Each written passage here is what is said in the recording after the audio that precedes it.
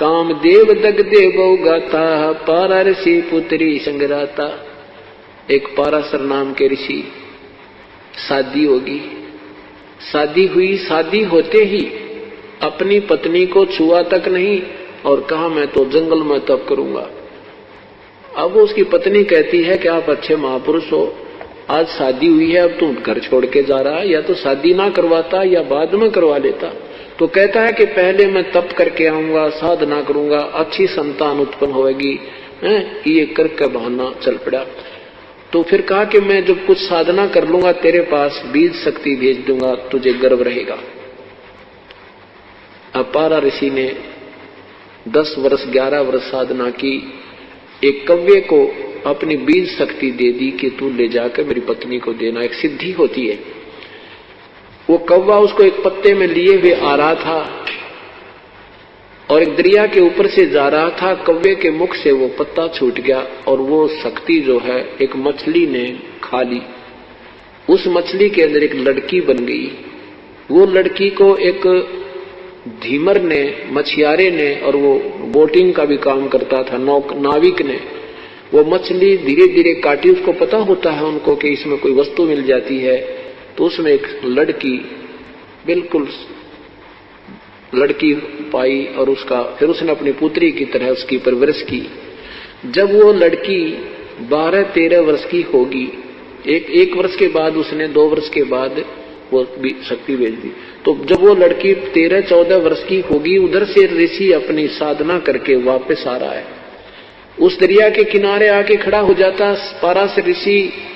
उसमें वो लड़की जो है, जो पाराशर ऋषि की ही बेटी समझो, जो उसी की बीज शक्ति से मछली के अंदर उत्पन्न हुई थी, वो लड़की अपने मछियारे पिता की रोटी लेकर आई हुई थी, वो नाविक की, मल्लाह की, और वो मल्लाह रोटी खा रहा था।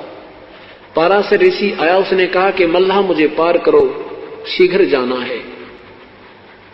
उस मल्लाह को पता था कि इधर जो वन से संत आते हैं, ऋषि आते हैं, ये तोम बनकर आते हैं, ये साधना करके आते हैं, इनमें सिद्धियां होती हैं, और जरा सी इनकी बात की अवहेलना होगी तो ये श्राप दे देते हैं। तो उसने कहा महाराज मैं तो खाना खा रहा हूं, जरा सा आप इंतजार करो। तो उसने कहा कि नहीं, मुझे इतना समय नहीं है। तो उस लड़की ने कहा बेटी, अपनी पुत्री से कहा कि जा बेटी तू ऋषि को दरिया से पार करा, नौका चला ले जा। अब जब दरिया के बीच में जब जा रही नौका, तो वो ऋषि के मन में खोट आ गया युवा लड़की देख के। अब बदमाशी करनी चाहिए, तो लड़की ने कहा हे प्रभु, चारों तरफ सब दुनिया देख रही है, मेरे पिता देख रहे हैं, क्योंकि वो डर रही थी बेटी कि ये कहीं निकम्मा शराब भी दे दे, इनसे इतना भी डर लगता था। अपनी बचाव करना चाहती है। तो ऋषि ने क्या किया, वो सिद्धि जल उठाया और चारों तरफ धुंध कर दी और अपना मुंह काला किया। अब क्या बताते हैं परमात्मा, ताहू के बिंद से उसका नाम फिर मछोदरी रखा हुआ था, और मछोदरी फिर उस लड़की से फिर व्यास जी उत्पन्न हुए। उस लड़की को जो पाराशर से गर्भ रहा तो वेद व्यास जी उत्पन्न हुए। तो यहाँ गरीबदास साहिब कहते हैं ताहू के बिंद से वेद व्यास, ताहू के बिंद से मछोदरी। अरे हाँ महबूब कहता दास गरीब रही कहाँ सोदरी। कहाँ तुम्हारे अंदर ये नेकता रही, उसी अपने बिंद से बेटी बनी मछली में, और फिर उसी से वेद व्यास उत्पन्न हुआ। तो यहाँ क्या बताना चाहते हैं, पाराशर पुत्री संगराता। पाराशर अपनी ही पुत्री के साथ दुष्कर्म किया।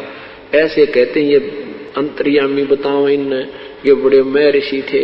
ऐसे इनकी बिरान माटियां इस काल में कर रखी हैं। जब तक संत सही नहीं मिलता, साधना सही नहीं होती।